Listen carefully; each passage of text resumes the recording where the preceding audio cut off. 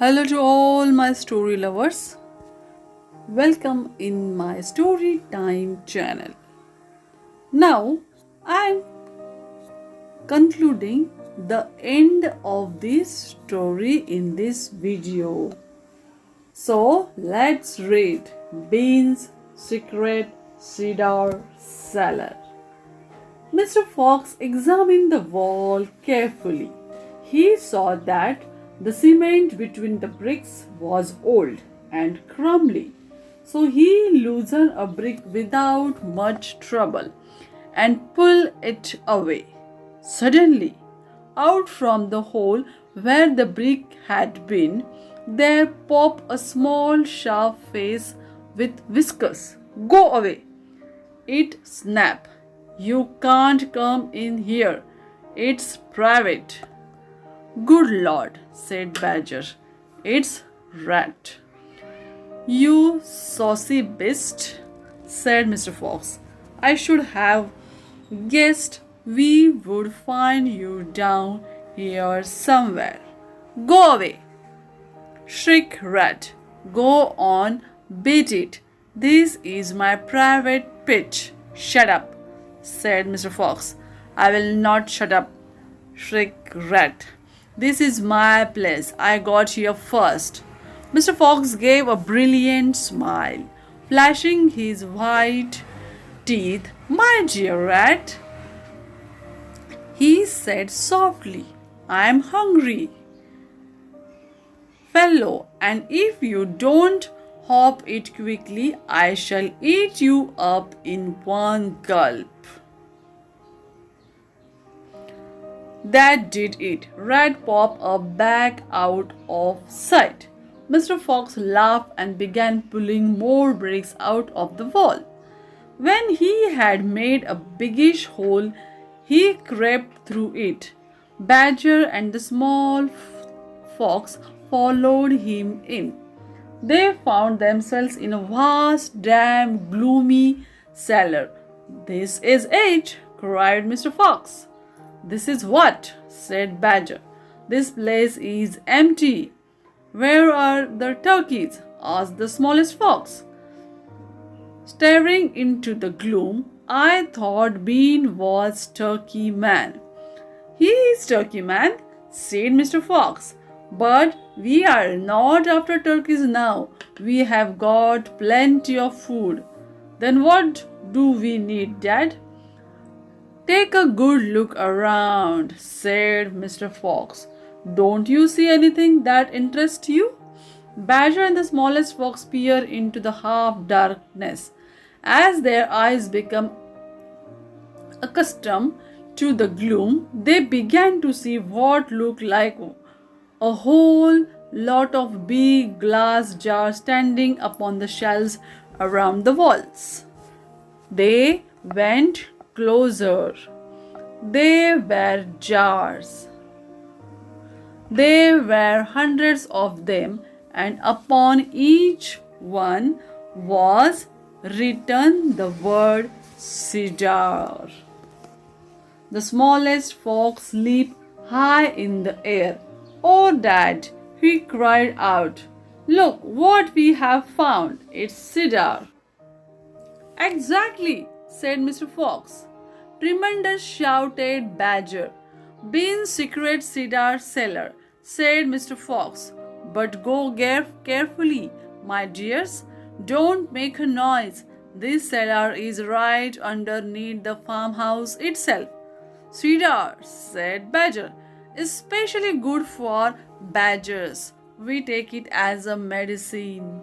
One large glass 3 times a day with meals and another at bedtime.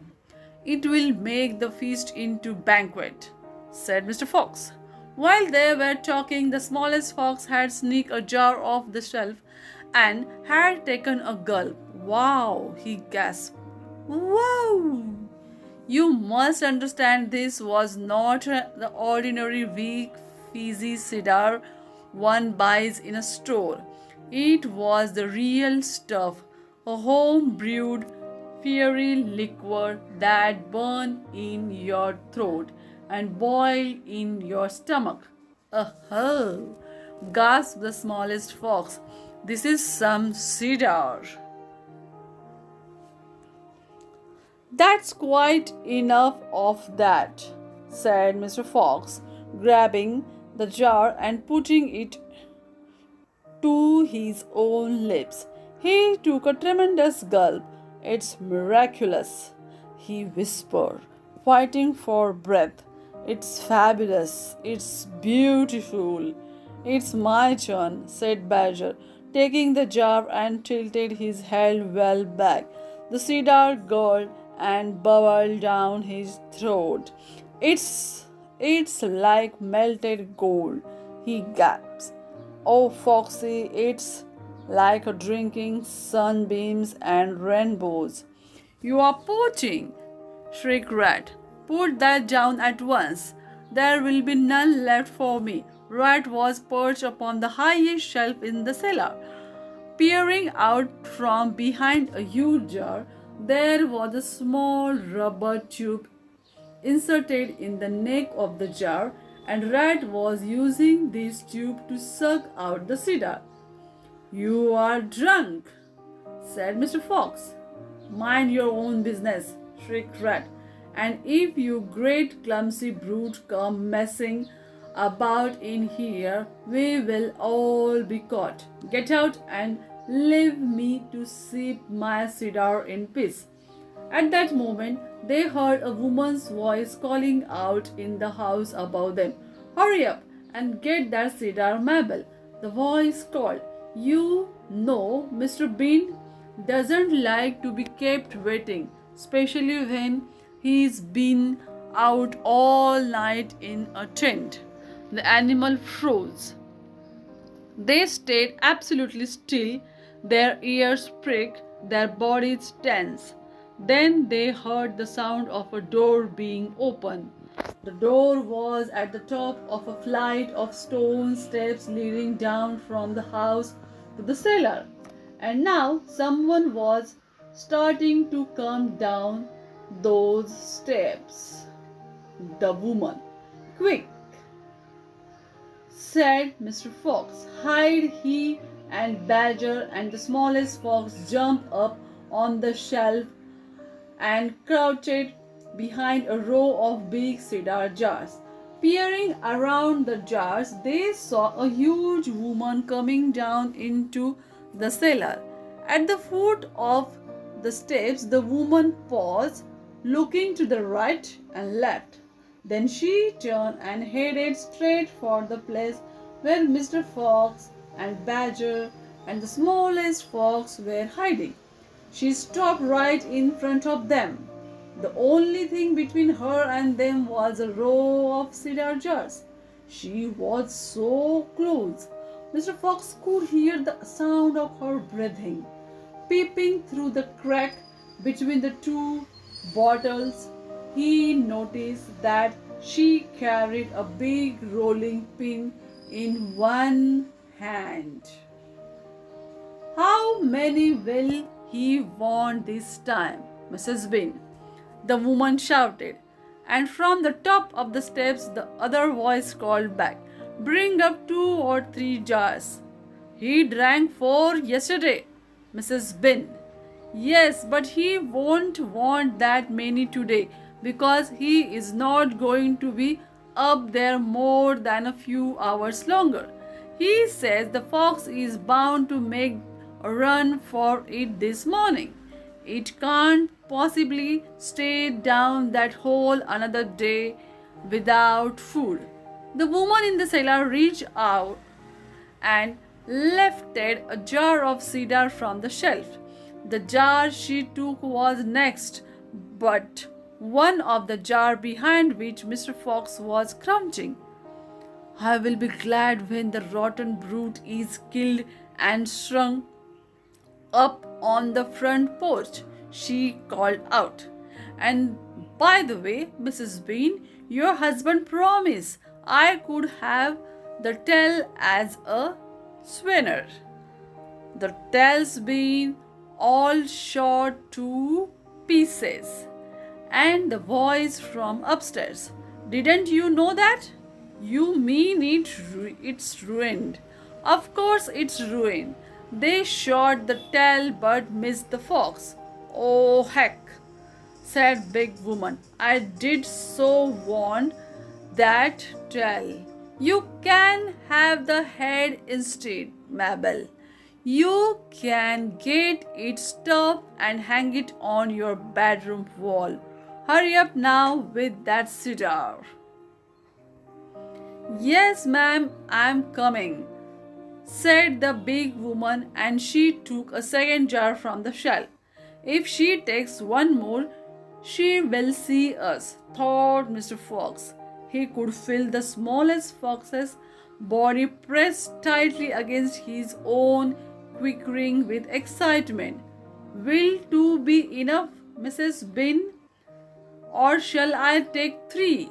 My goodness, Mabel, I don't care so long as you get a move on. Then two, is it? It is, said the huge woman, speaking to herself now. He drinks too much anyway. Carrying a jar in each hand and with the rolling pin tucked under one arm, she walked away across the cellar. At the foot of the step, she paused and looked around, sniffing the air. That's right down here again, Mrs. Bean. I can smell. Then poison them, woman, poison them. You know where the poison's kept.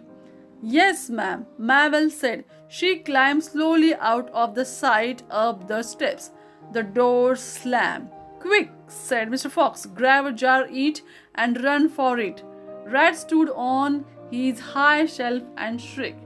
What did I tell you? You nearly got nabbed, didn't you?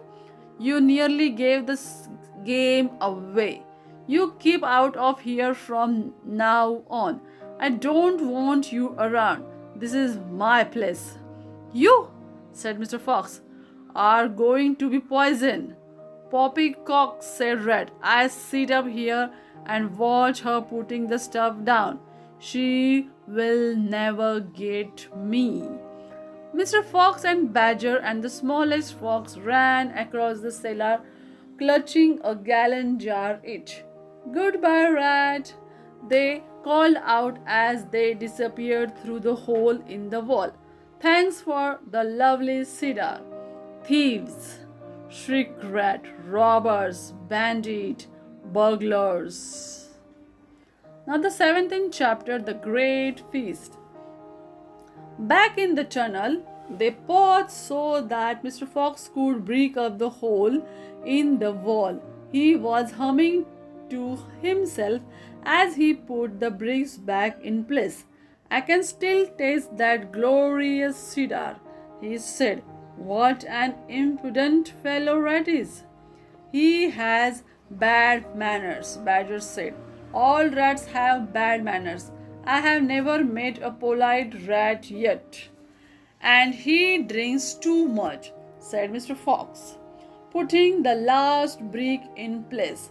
There we are, now home to the feast. They grabbed their jars of cedar and off they went. Mr. Fox was in front, the smallest fox came next, and Badger last. Along the tunnel they flew, past the turning that led to the Bun's mighty storehouse, past Bogey's chicken house number 1, and then up the long home stretch towards the place where they knew Mrs. Fox would be waiting. Keep it up, my darling, shouted Mr. Fox. We will soon be there. Think what's waiting for us at the other end, and just think what we are bringing home with us in the jars. That ought to cheer up poor Mrs. Fox. Mr. Fox sang a little song as he ran. Home again swiftly I glide, back to my beautiful bride. She will not feel so rotten as soon as she's gotten some cedar inside her inside. Then Badger joined in. Oh, poor Mrs. Badger, he cried, so hungry she very near died. But she will not feel so hollow if only she will swallow some cedar inside her inside. They were still singing as they rounded the final corner and burst in upon the most wonderful and amazing sight any of them had ever seen. The feast was just beginning. A large dining room had been hollowed out of the earth, and in the middle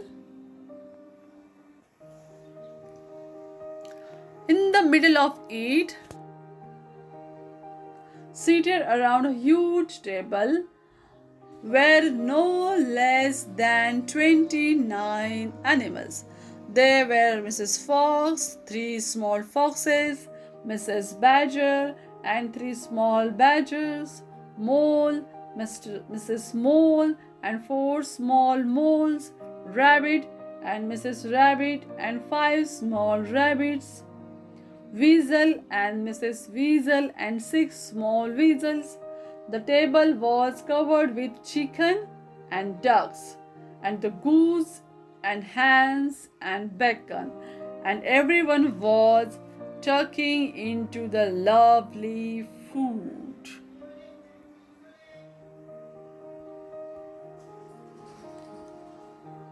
My darling, cried Mrs. Fox, jumping up on the lugging Mr. Fox.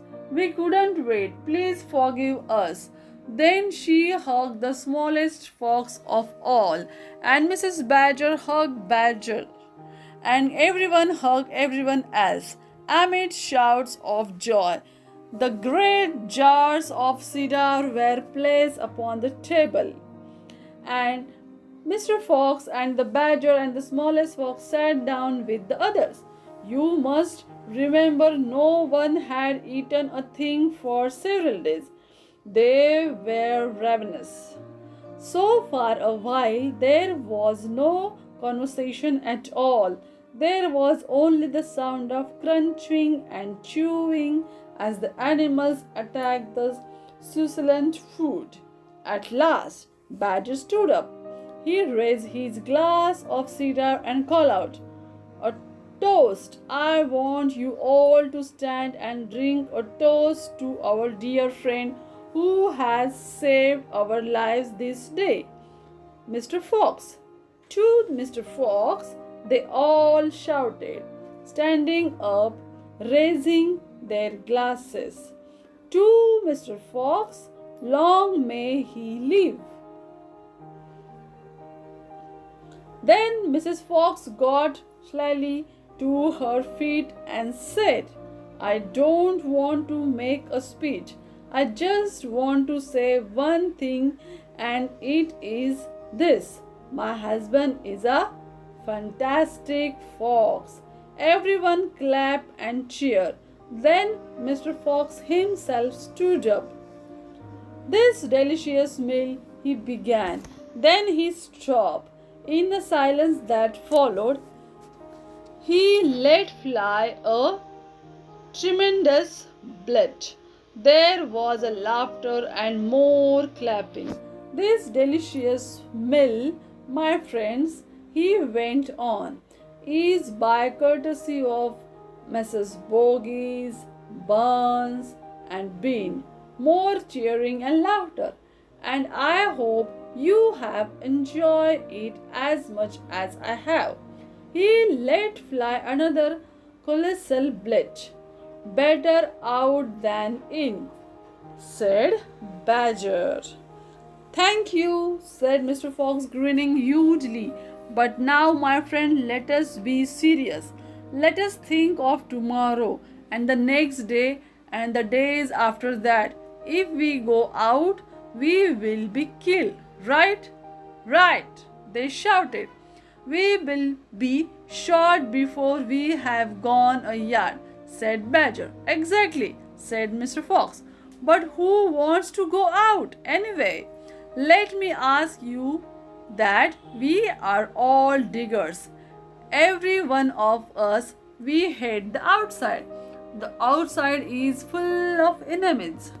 We only go out because we have to get food for our families. But now, my friends, we have an entirely new setup. We have a safe tunnel leading to the three of the finest stores in the world. We do indeed, said Badger. I have seen. And you know what this means, said Mr. Fox. It means that none of us need ever go out into the open again. There was a buzz of excitement around the table. I therefore invite you all, Mr. Fox went on, to stay here with me forever. Forever? They cried. My goodness, how marvelous! And Rabbit said to Mrs. Rabbit, my dear, just think, we are never going to be short it again in our lives. We will make, said Mr. Fox, a little underground village with streets and houses on each side, separate houses for badgers, moles, and rabbits, and weasels and foxes. And every day I will go shopping for you all. And every day we will eat like kings. The cheering that followed this speech went on for many minutes. Now the last chapter, still waiting. Outside the fox's hole, Boggis and Buns and Bean sat beside their tents with their guns on their laps. It was beginning to rain. Water was trickling down the necks of the three men and into their shoes. He won't stay down there much longer now, Boggis said. The brute must be famished, Buns said. That's right, Bean said. He will be making a dash for it any moment. Keep your guns handy. They sat there by the hole waiting for the fox to come out. And so far as I know, they are still waiting, and waiting. Now this is the end of the fantastic Mr. Fox. Do you like this story? If you like this story, then comment it, share it, and subscribe my channel.